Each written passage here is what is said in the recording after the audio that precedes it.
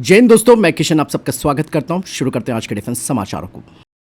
चलिए बढ़ते पहले डिफेंस अपडेट की तरफ, जो कि रक्षा मंत्रालय की तरफ से आ रही है और बताया जा रहा है कि रक्षा मंत्रालय ने भारतीय वायुसेना के गरुड़ कमांडोज के लिए नए मल्टी स्पेशलिटी आर्मर्ड व्हीकल यानी कि MSAV की खरीद की प्रक्रिया शुरू कर दी है। इस वाहन में दोस्तों एक ड्राइवर और 9 पूरी तरह हथियारों से लैस कमांडो एक साथ सफर कर पाएंगे। और सबसे खास बात यह है कि ये वाहन ड्रैगनोव स्नाइपर राइफल की 7.62 × 54 mm API गोलियों और 10 किलो TNT ब्लास्ट से सुरक्षा देने के लिए डिजाइन किया जाएगा। इवन ये वाहन रेगिस्तान, बर्फीले पहाड़, जंगल और 5000 मीटर की ऊंचाई तक हर इलाके में ऑपरेशन कर सकेगा।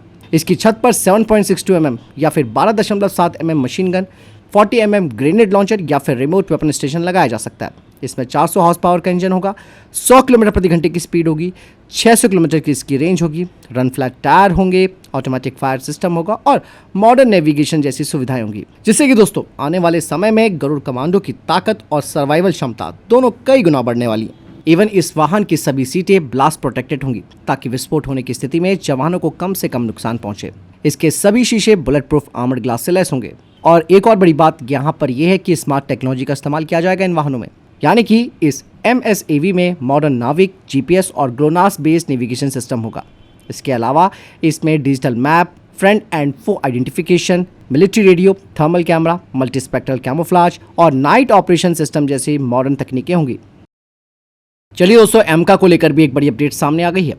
दरअसल ADA ने डेवलपमेंट कम प्रोडक्शन पार्टनर के लिए जारी की गई RFP की आखिरी तारीख 1 महीने के लिए बढ़ा दी है। अब सवाल ये है कि क्या इससे एमका प्रोजेक्ट में देरी होगी और कौन कौन सी कंपनियां अब रेस में हैं। सबसे पहले मैं आपको बता दूं कि पहले कंपनियों को अपनी बोली जुलाई 2026 तक जमा करानी थी, लेकिन अब नई आखिरी तारीख है 28 अगस्त 2026।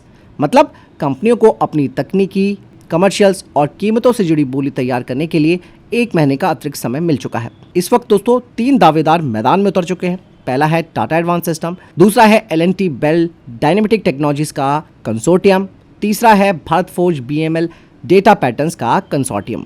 मतलब इन्हीं में से एक कंपनी भारत के सबसे बड़े फाइटर जेट प्रोग्राम का हिस्सा बनेगी। और ये सिर्फ एयरक्राफ्ट बनाने का कॉन्ट्रैक्ट नहीं है दोस्तों, क्योंकि दोस्तों यहाँ पर RFP के मुताबिक जो विजेता कंपनी होगी यानी जो चुनी जाएगी उसे 3 महीने के अंदर एक नई भारतीय कंपनी बनानी होगी, 5 एमका प्रोटोटाइप भी तैयार करने होंगे और करीबन 1800 टेस्ट उड़ानें भी पूरी करनी होगी। इवन पूरे एयरक्राफ्ट को सर्टिफिकेशन तक पहुंचाने में ADA की मदद भी करनी होगी। बताया जा रहा है कि एक प्रोटोटाइप की लागत करीबन 1000 करोड़ रुपए तक हो सकती है। फिलहाल अगर आपको ऐसा लग रहा है कि इस प्रोजेक्ट में देरी हो रही है तो ऐसा नहीं माना जा रहा। एक्सपर्ट्स भी कह रहे हैं कि भाई इतने बड़े डिफेंस प्रोजेक्ट में RFP की समय सीमा बढ़ना एक सामान्य बात है।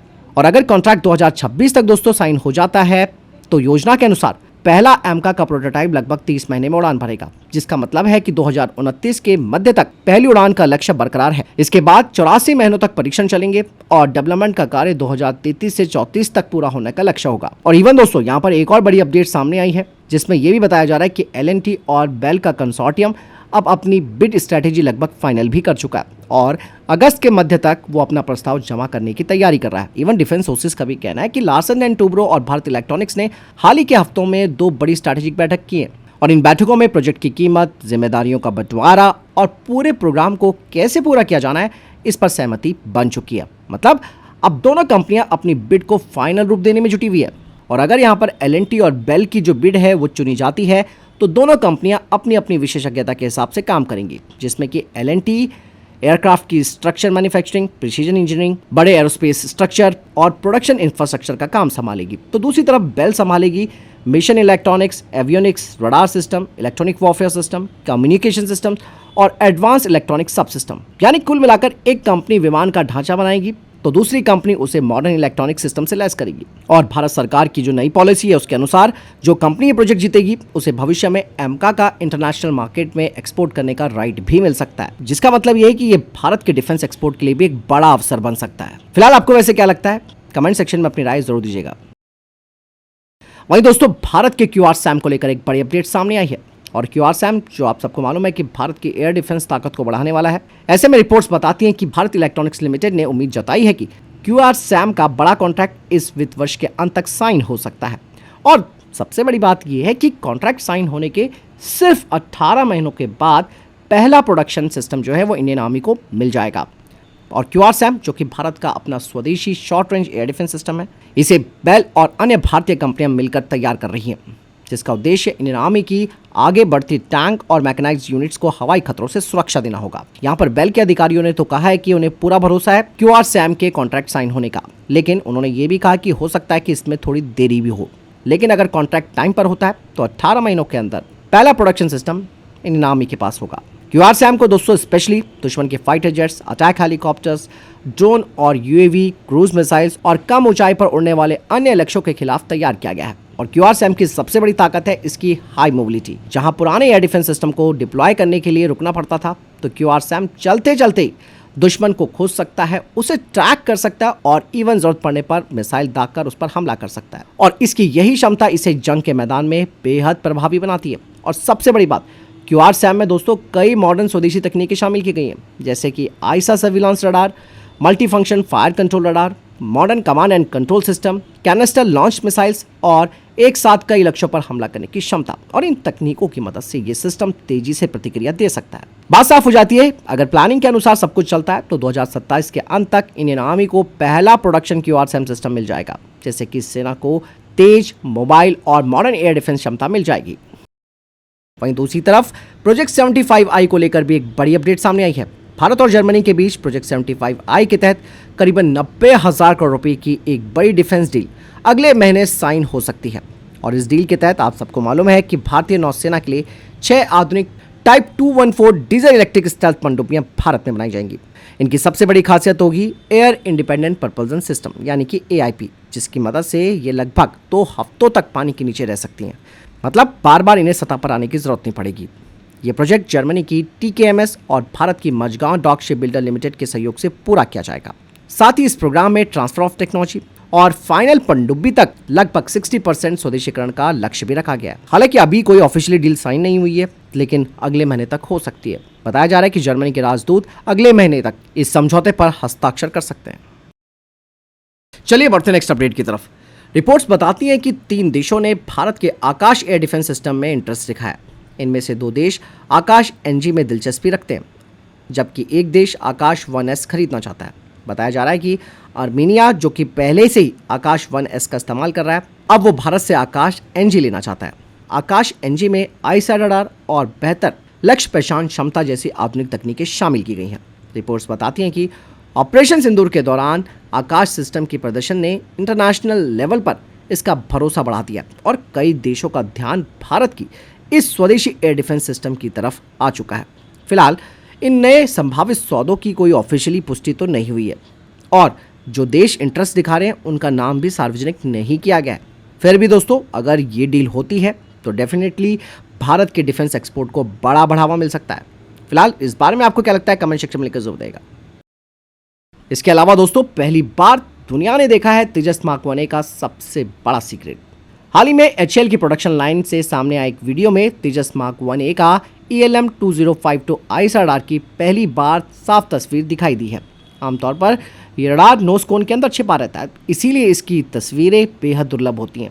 वीडियो से पता चलता है कि रडार एयरक्राफ्ट के आगे वाले हिस्से का बड़ा हिस्सा घेरता है, जिससे कि इसकी क्षमता को लेकर कुछ बातें शुरू हो गई है। हालांकि यहाँ पर HAL और IAIA के अधिकारियों ने ऑफिशियल तौर पर TR मॉड्यूल्स की संख्या नहीं बताई है। यह आईसा रडार दोस्तों एक साथ कई लक्ष्यों को ट्रैक कर सकता है, लंबी दूरी तक दुश्मनों का पता लगा सकता है, हाई रेजोल्यूशन मैपिंग कर सकता है और इवन इलेक्ट्रॉनिक जैमिंग का बेहतर मुकाबला कर सकता है। और ये रडार तेजस मार्क 1A की सबसे बड़ी ताकतों में से एक माना जाता है। वहीं दोस्तों, तेजस के मुख्य डिजाइनर रहे डॉक्टर कोटा हरिनारायण जी ने एक बड़ा स्टेटमेंट दिया है। उन्होंने एक सम्मेलन के दौरान RPSA यानी कि रिमोटली पायलटेड स्ट्राइक एयरक्राफ्ट को भारत का 6th generation unmanned combat aircraft बताया। इवन उन्होंने कहा कि स्विफ्ट टेक्नोलॉजी डेमोस्ट्रेटर इसी फ्यूचर के स्टेल्थ कॉम्बैट प्लेटफॉर्म की तकनीकों का परीक्षण कर रहा है। इस एयरक्राफ्ट में stealth design, artificial intelligence, autonomous उड़ान, फ्लाइंग विंग डिजाइन और एडवांस सेंसर फ्यूजन जैसी आधुनिक तकनीकों का इस्तेमाल हो सकता है। मतलब भविष्य में ये AMCA के साथ मिलकर दुश्मन के इलाकों में निगरानी, इलेक्ट्रॉनिक वॉरफेयर और सटीक हमले जैसे मिशन कर सकता है। फिलहाल यहाँ पर यह बात भी ध्यान रखने वाली है कि अभी तक DRDO, ADA या फिर रक्षा मंत्रालय ने RPSA को ऑफिशियली तौर पर 6th जनरेशन प्रोग्राम घोषित नहीं किया है और ये केवल डॉक्टर हरिनारायण जी की अपनी बात है। लेकिन फिर भी हम ये कहेंगे कि अगर ये प्रोजेक्ट आगे बढ़ता है और सफल होता है तो भारत भविष्य की हवाई लड़ाई में बड़ी छलांग लगा सकता है। बढ़ते हैं नेक्स्ट अपडेट की तरफ। दोस्तों, इंडियन नेवी को जल्द ही मिलने वाला है एक नया मैरीटाइम स्ट्राइक एयरक्राफ्ट जो कि दुश्मनों की पनडुब्बियों और युद्धपोतों पर नजर भी रखेगा और जरूरत पड़ने पर हमला भी करेगा। आपको मैं बता दूं कि भारत C295 एयरक्राफ्ट पर आधारित 15 नए मैरीटाइम पेट्रोल एयरक्राफ्ट खरीदने की तैयारी कर रहा है। इनमें से 9 विमान भारतीय नौसेना और 6 विमान भारतीय तटरक्षक बल के लिए होंगे। इन एयरक्राफ्ट में ice radar, modern sensors, electro optical systems, sonobuoys और एडवांस लाइट टॉर्पीडो जैसे हथियार लगाए जा सकते हैं। मतलब ये विमान केवल निगरानी ही नहीं करेंगे, जरूरत पड़ने पर पनडुब्बियों और दुश्मन के जहाजों पर हमला भी कर सकते हैं। रिपोर्ट्स बताती हैं कि पहले 3 एयरक्राफ्ट स्पेन से आएंगे, जबकि बाकी के 12 विमान भारत में एयरबस टाटा साझेदारी के तहत बनाए जाने की योजना है, जिनमें करीबन 78% स्वदेशी सामग्री का भी लक्ष्य रखा गया है। फिलहाल अभी ये प्रोग्राम खरीद प्रोसेस में चल रहा है। फाइनल कॉन्फ़िगरेशन और कॉन्ट्रैक्ट का कोई ऑफिशियल घोषणा नहीं की गई है। ऐसे में आप समझ सकते हैं कि C295 का जो मैरीटाइम पेट्रोल एयरक्राफ्ट वाला वेरिएंट होगा वो भारतीय नौसेना की समुद्री निगरानी और एंटी सबमरीन क्षमता को काफ़ी बढ़ा देगा। वहीं दोस्तों, एक चौंका देने वाली खबर सामने आई है। फ्रांस के एक retired Rafale navy pilot Pierre Henri को चीन से जुड़े कथित जासूसी के मामले में औपचारिक जांच के दायरे में रखा गया है। रिपोर्ट्स के अनुसार उन पर आरोप लगाया गया है कि उन्होंने 2018 और 2019 में चाइना जाकर चाइना के पायलटों को प्रशिक्षण दिया और संवेदनशील जानकारी भी उनके साथ शेयर की। फिलहाल ये अभी केवल जांच का मामला है। फ्रांसीसी कानून के अनुसार उन्हें दोषी नहीं माना गया जब तक अदालत कोई फैसला नहीं देती है। इसी बीच फ्रांसीसी अधिकारियों ने यह आरोप भी लगाया कि ऑपरेशन सिंदूर के बाद चाइना ने कथित तौर पर रफाल की छवि खराब करने के लिए दुष्प्रचार अभियान भी चलाया था। यहाँ पर एक बात और समझने वाली है जो कि काफ़ी इंपॉर्टेंट है। पहली तो ये कि रिटायर्ड पायलट की जो जांच वाला मामला है और जो दूसरा दुष्प्रचार वाला अभियान है, ये दोनों अलग अलग मामले हैं। इनके बीच किसी डायरेक्ट संबंध की पुष्टि नहीं हुई है। फिलहाल जांच के बाद ही असली तस्वीर सामने आएगी।